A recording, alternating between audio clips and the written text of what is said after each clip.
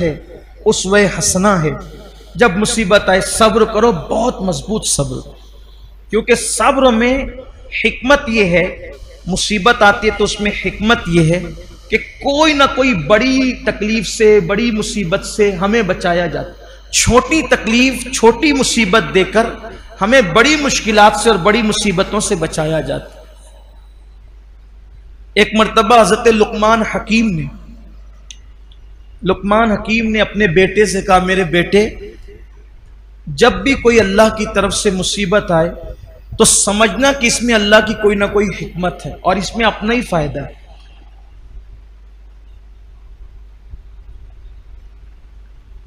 तो जब ये बात सुनी हजरत लुकमान हकीम के बेटे ने, तो कहने लगे, अब्बा मुझे ये बात बिल्कुल समझ में नहीं आती है कि आखिर मुसीबत में क्या हिकमत हो सकती। का बेटा उस पर सब्र करना, कभी वावेला नहीं करना, कभी हंगामा आरा ही नहीं करना। उसको लगा कि अब्बा मुझे अभी वो यकीन की मंजिल हासिल नहीं हुई है जो यकीन की मंजिल अल्लाह ताला ने आपको अता की।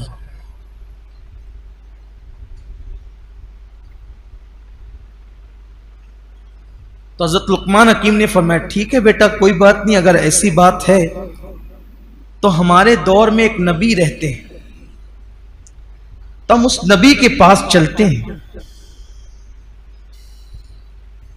और उनसे मुलाकात करते हैं। जब तू उनकी सोहबत में बैठेगा तो तुझे भी वो यकीन नसीब हो जाएगा जो यकीन अल्लाह ताला ने मुझे अता फरमाया। बेटे से कहा, बेटे ने तैयारी की। तो हज़रत लुकमान हकीम जो है अपने बेटे को साथ लेकर उस नबी की तरफ रवाना हो गए।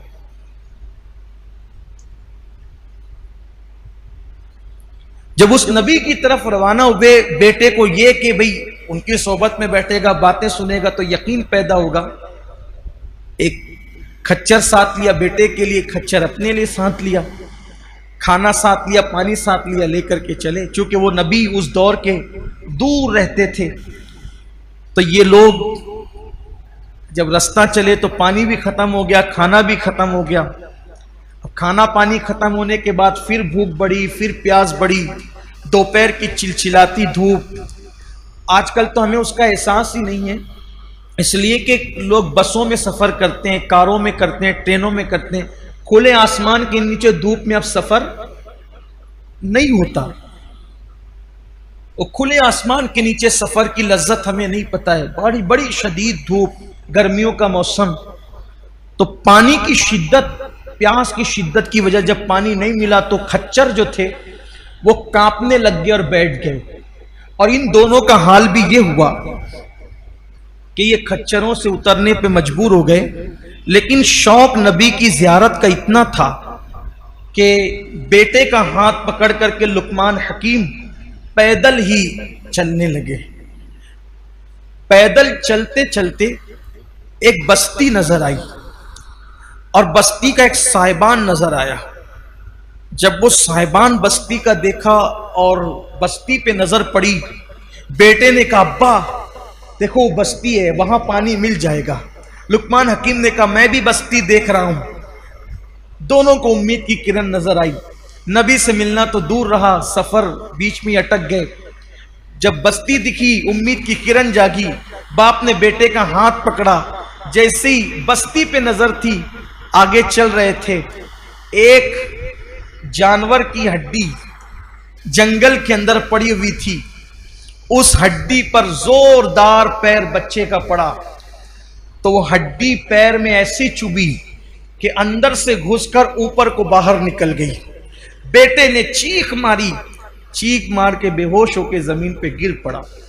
हजरत लुकमान हकीम प्यासे बेटे की ये कैफियत देखकर परेशान हुए और परेशानी के आलम में सोचते थे कैसे निकालूं कैसे निकालूं। तो लुकमान हकीम ने अपने दांत से उस हड्डी को खींच के निकाला, खून की फुहार निकल पड़ी। अपने अमामे का कपड़ा फाड़ा, उससे पट्टी बांधी। पट्टी बांधने के बाद बहुत खून बह गया तो बेटे को गोद में लेकर बैठे थे। और बेटे की प्यास याद करके आंख में आंसू आ गए। गरम गरम आंसू बेटे के चेहरे पे पड़े। उसने आंखें खोल दी, बाप को रोते हुए देखा तो पूछा, अब्बा आप तो कह रहे थे कि मुसीबत में, आजमाइश में सब्र करना चाहिए, आप क्यों रोने लगे? कहा बेटा ये चुपके चुपके के आंसू, खामोश आंसू, ये शिकायत नहीं होते, बल्कि ये जो बाप के दिल में जो बेटे की मोहब्बत है, क्योंकि अल्लाह ने फितरी तौर पे बाप के दिल में बेटे की मोहब्बत पैदा की है, तो बेटे की मोहब्बत मुझे रुला रही है, मैं शिकायतन नहीं रो रहा हूं। बस फिर बेटे ने सवाल किया, अब्बा आप तो कह रहे थे कि हर मुश्किल में, हर मुसीबत में तुम्हारे लिए भलाई है, कोई भी मुसीबत आएगी तुम्हारे लिए भलाई है। अब्बा ये क्या हुआ? नबी से मिलने चले थे, खच्चर भी बीमार पड़ गए, पैदल जा रहे थे, हड्डी चुभ गई, जख्मी कर दिया। आप कहते थे मुसीबत में भलाई है, इतनी मुसीबतें चली आई कोई भलाई नजर नहीं आती। बाप बेटे में ये बात हो रही थी। एक चितकबरे घोड़े पे बैठकर एक नूरानी शक्ल वाला आया और आने के बाद उसने बताया कि अच्छा हुआ तुम उस बस्ती में नहीं आए। जब उसने कहा उस बस्ती में नहीं आए तो लुकमान हकीम ने और उनके बेटे ने देखा अब तो वहां कोई बस्ती नहीं थी। करे वहां तो बस्ती थी। कहा हाँ, अल्लाह ने हमें हुक्म दिया था कि उस बस्ती को पलट दो। उस बस्ती में गुनाह ज्यादा थे, बस्ती के लोगों को जमीन में धंसा कर बस्ती को पलटने का हुक्म दिया गया था और मैं फरिश्तों को लेकर के उतरा था कि धंसा के बस्ती को पलट दूं। लेकिन जिस वक्त तुम मुझे आते हुए नजर आए तो मैंने अल्लाह से कहा, अल्लाह ये तो लुकमान और उसका बेटा ये तो नेक लोग हैं, ये बस्ती में पानी के लिए आ रहे हैं, मौला इनको रोक दे।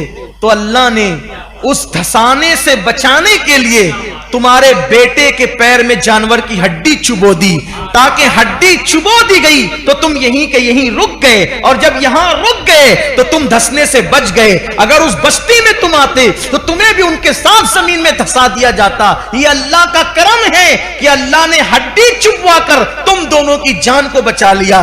तब बाप ने बेटे की तरफ देखा, बेटा देखा मैं न कहता था कि हर मुसीबत और आजमाइश में अपनी भलाई है, हमें चाहे बाद में पता चले, हमें चाहे ना पता चले, लेकिन हर मुसीबत में अपनी भलाई है। कोई मुसीबत आ जाए, एक्सीडेंट अल्लाह ना करे हो जाए और पैर टूट जाए, हाथ टूट जाए, खोपड़ी को नुकसान हो जाए, जिस्म को नुकसान हो जाए, माल को नुकसान हो जाए, अल्लाह की शिकायत नहीं करना, अल्लाह तेरा शुक्र है। आप कहेंगे मर जाए तो मैं कहूंगा तो भी कहना अल्लाह तेरा शुक्र है। हो सकता है अल्लाह ना करे आगे चलकर काफिर हो जाता, आगे चलकर के मुशरिक हो जाता, आगे चल के गुमराह हो जाता। अरे ईमान पर गया, इससे बड़ी बात क्या है। इसलिए मौत भी ईमान पर आए तो ये शिकवे का मकाम नहीं है, ये जो है वो शिकायत का मकाम नहीं है। तो उसके बाद फिर वो जिब्रील अमीन ने अपना हाथ उसके पैर पे मस किया, उसका पैर फौरन अच्छा हो गया। जो खच्चर और बर्तन खाली पड़े थे वहां हाथ फेरा, खच्चर भी उठकर खड़े हो गए, पानी और खाना सब आ गया। और कई दिन तक सफर करके नबी से मिलने चले थे इसलिए कि बेटे का यकीन पुख्ता हो, लेकिन बेटे का यकीन अब इस वाक़े से पुख्ता हो चुका था। जिब्रील अमीन ने दोनों को उठाया और उठा करके उनकी बस्ती में रख दिया। कई दिनों का फासला पलक के झपकते वो भी तय हो गया। इसलिए कोई मुसीबत, ये कोविड भी, कोरोना भी, चाहे बीमारी हो चाहे जो हो, इसमें भी अल्लाह की कोई ना कोई हिकमत है। लॉकडाउन भी, इसमें भी अल्लाह की कोई ना कोई हिकमत है। और भी कोई मुश्किल हो उसमें भी अल्लाह की कोई ना कोई। इतना दिल पे लिख ले, दिल की तख्ती पर, मेरा अल्लाह अपने बंदों से 70 माओं से ज्यादा प्यार करता है। जब मेरी माँ मेरा बुरा नहीं चाहती तो मेरा अल्लाह मेरा कैसे बुरा चाह सकता है। जिसने माँ के सीने में दिल रखा है, जब वो मेरा माँ का दिल बनाया किसने? अल्लाह ने। तो जब वो बनाया हुआ दिल बुरा नहीं चाहता मेरा, तो बनाने वाला मेरा कैसे बुरा चाह सकता है। इसलिए कोई ना कोई हिकमत होगी। बीमारी में, तकलीफ में हमें नहीं पता, इसलिए अल्लाह का हर हाल में शुक्र अदा करना चाहिए। और शुक्र कैसे अदा करना चाहिए, इंशाअल्लाह अल्लाह ने चाहा तो हम आइंदा हफ्ते इस पर गुफ्तगू करेंगे। कहने सुनने से ज़्यादा अल्लाह अमल की तौफीक अता फरमाए। गुफ्तगू के दरमियान अगर कोई गलती लफ्ज़िश खामी हो गई तो अल्लाह ताला माफ़ फरमाए।